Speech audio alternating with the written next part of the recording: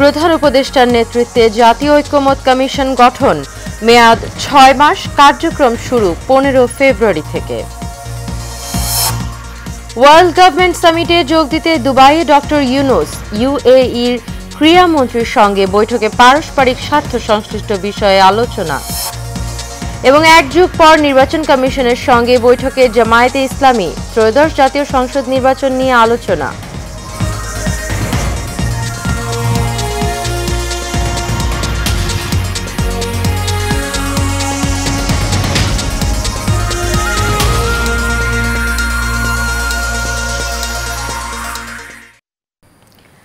স্বাগত এশিয়ান নিউজে। পুরো সময় জুড়ে আপনাদের সঙ্গে রয়েছি আমি অরণ্য বিনতি ইউনুস। এতক্ষণ শুনছিলেন বিআরবি কেবল ইন্ডাস্ট্রিজ লিমিটেড সংবাদ শিরোনাম। চলে যাব পুরো খবরে।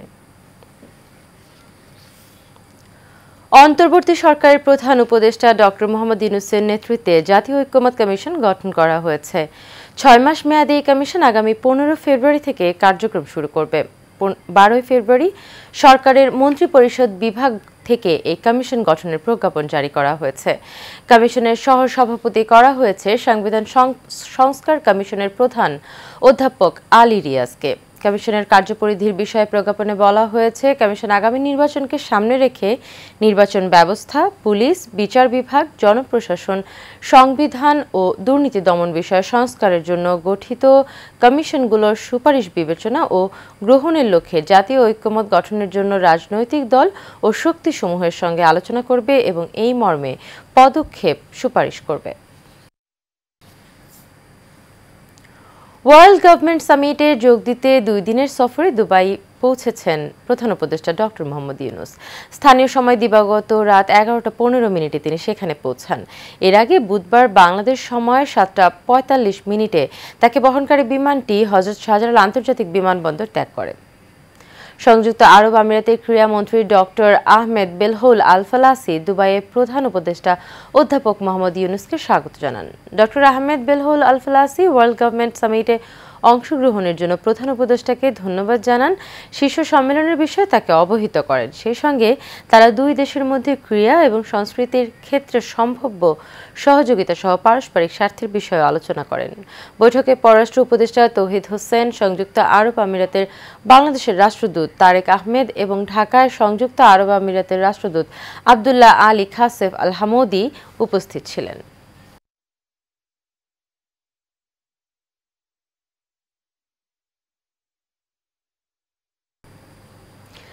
দীর্ঘ ১৭ বছর পর নির্বাচন কমিশন ভবনে জামায়াতে ইসলামের প্রতিনিধি দল। সকালে জামায়াতে ইসলামের সেক্রেটারি জেনারেল অধ্যাপক মিয়া গোলাম পারওয়ারের নেতৃত্বে ৬ সদস্যের প্রতিনিধি দল ইসিতে যান। সুষ্ঠু নিরপেক্ষ নির্বাচনের জন্য নির্বাচন কমিশন সংস্কারের নানা দিক নিয়ে আলোচনা করবেন বলে জানা গেছে। এছাড়াও ভোটার তালিকা হালনাগাদ এবং নির্বাচনী আসনের পুনর্বিন্যাস নিয়েও আলোচনা করবে জামায়াতে ইসলামের প্রতিনিধি দল। জাতীয় নির্বাচনের দিনক্ষণ নিয়েও সুনির্দিষ্ট আলোচনা করবে দলটি। প্রধান নির্বাচন কমিশনার এএমএম নাসির উদ্দিনের নেতৃত্বে সব কমিশনাররা এরই মধ্যে এই বৈঠকে অংশ নিয়েছেন। এর আগে নতুন কমিশন দায়িত্ব নেওয়ার পর গত ৯ ফেব্রুয়ারি বিএনপির একটি প্রতিনিধি দল প্রধান নির্বাচন কমিশনারের সাথে বৈঠক করেন।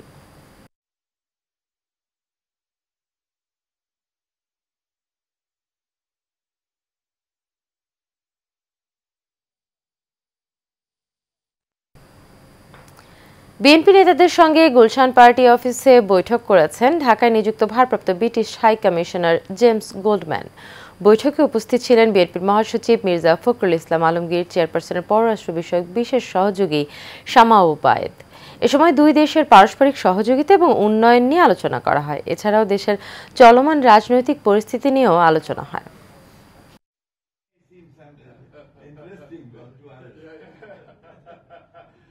I did wonder about that this morning. I thought maybe someone will read something into the choreography. Yeah, no, it's a coincidence. Yeah.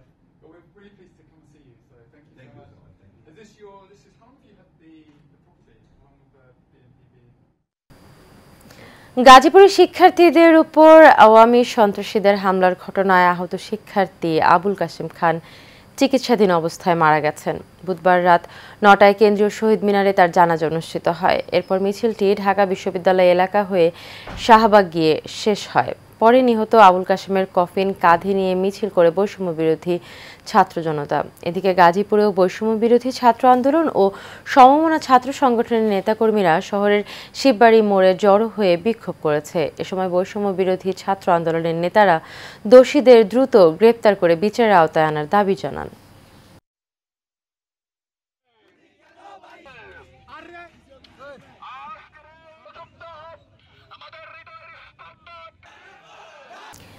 তিন যুগেও নির্মিত হয়নি শীতলক্ষ্যা সেতু। সরকার আসে, সরকার যায়, কিন্তু দুঃখ লাঘব হয়নি নারায়ণগঞ্জ থেকে বন্দরগামী 10 লক্ষ মানুষের। নারায়ণগঞ্জ শহরে নির্মিত হওয়ার কথা ছিল শীতলক্ষ্যা সেতুর। একটি সেতুর অভাবে ভোগান্তি নিয়ে 34 বছর পার করেছে বন্দরবাসী। নারায়ণগঞ্জ থেকে রোমান চৌধুরী সুমনের পাঠানো রিপোর্ট জানাচ্ছেন ওয়ালিদ সিদ্দিকী। নারায়ণগঞ্জ শীতলক্ষ্যা নদীর ওপর সেতু নির্মাণের আলোচনাটি শুরু হয় এখন থেকে 34 বছর আগে। এরপর সরকার আসে, সরকার যায়। সেতু নির্মাণে বিভিন্ন আশ্বাস আসলেও সেতুর বাস্তবায়ন হয়নি 3 যুগেও। বর্তমানে নদী পার হতে গিয়ে ভোগান্তি পোহাচ্ছেন শীতলক্ষ্যার দুপারের 10 লাখ মানুষ।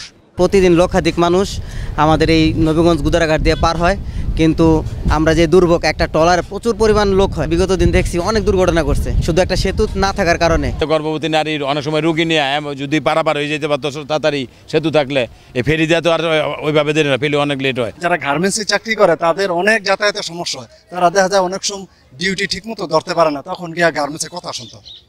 আমাদের আকুল দাবি যাতে এই জায়গায় শীতলক্ষ্যার উপর সেতুটা হয়। 2018 সালে সেতু নির্মাণের জন্য 590 কোটি 75 লাখ টাকার বরাদ্দ পায় নারায়ণগঞ্জ সিটি কর্পোরেশন। তবে এটি বাস্তবায়নের পথে বাধা হয়ে দাঁড়ায় ভূমি অধিগ্রহণ।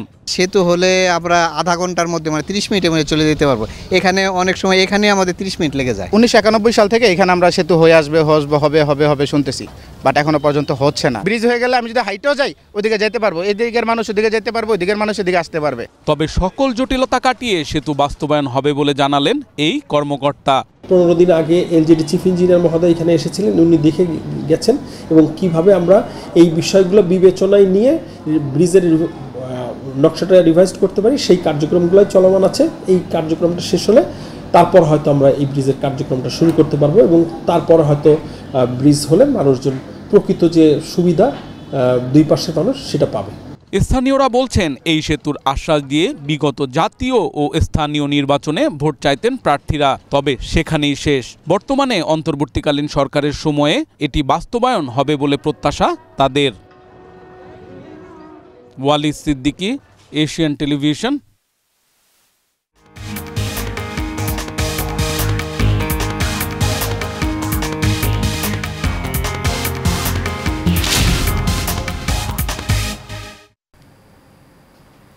এবার আন্তর্জাতিক প্রসঙ্গ।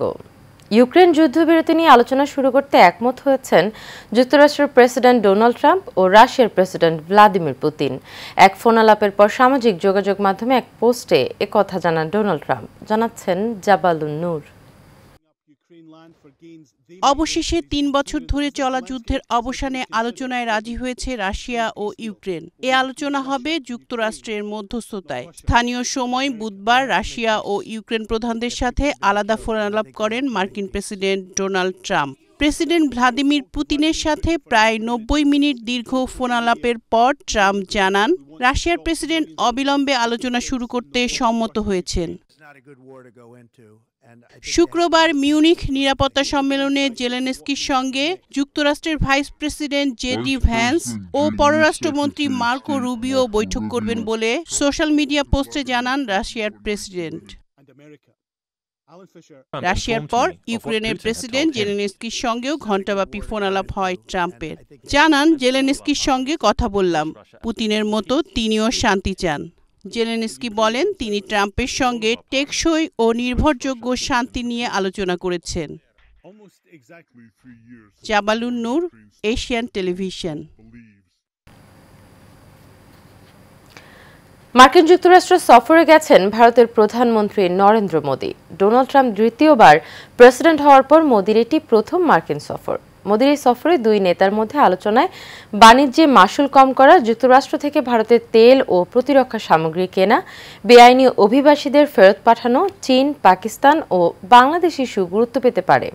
ভারত থেকে রওনা হওয়ার আগে প্রধানমন্ত্রী নরেন্দ্র মোদী বলেছেন, বন্ধু ট্রাম্পের সঙ্গে দেখা করার জন্য মুখিয়ে আছি। মোদি ট্রাম্প আলোচনায় নিশ্চিতভাবেই বাংলাদেশ প্রসঙ্গ আসবে বলে মনে করেন পররাষ্ট্র বিষয়ক বিশেষজ্ঞরা।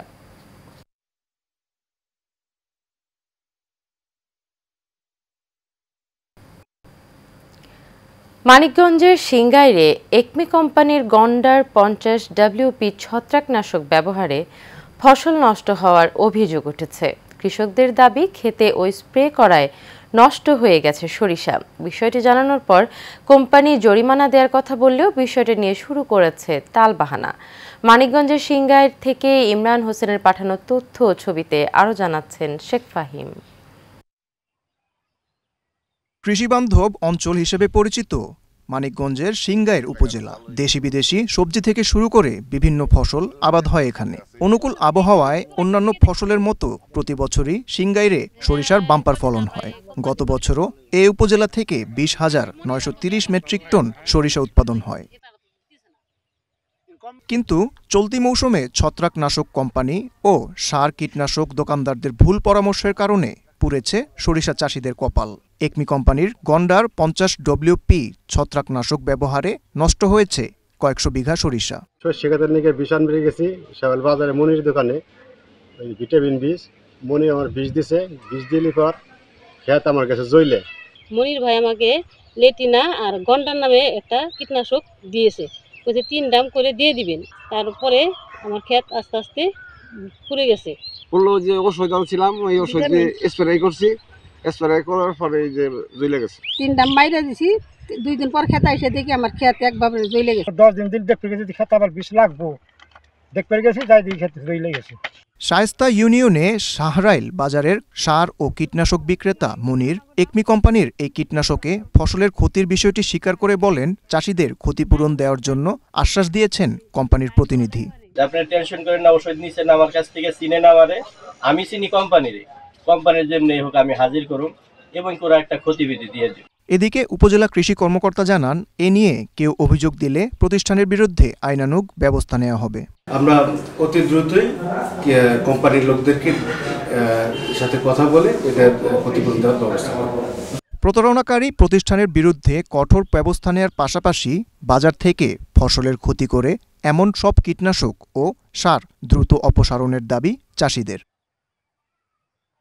Sheikh Fahim, Asian television. শেষ করব এশিয়ান নিউজ, তবে যাবার আগে বিআরবি কেবল ইন্ডাস্ট্রিজ লিমিটেড সংবাদ শিরোনামগুলো জেনে নেব আরও একবার।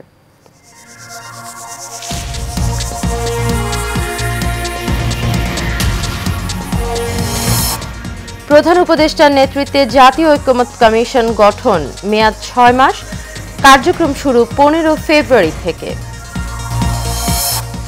ওয়ার্ল্ড গভর্নমেন্ট সামিটে যোগ দিতে দুবাইয়ে ডক্টর ইউনূস, ইউএইর ক্রীড়ামন্ত্রীর সঙ্গে বৈঠকে পারস্পরিক স্বার্থ সংশ্লিষ্ট বিষয়ে আলোচনা।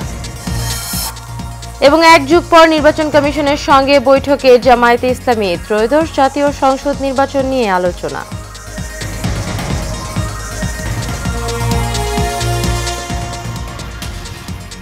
এশিয়ান নিউজে পর্যন্ত, পরবর্তী সংবাদ দেখার আমন্ত্রণ রইল। এতক্ষণ সাথে থাকার জন্য সবাইকে ধন্যবাদ।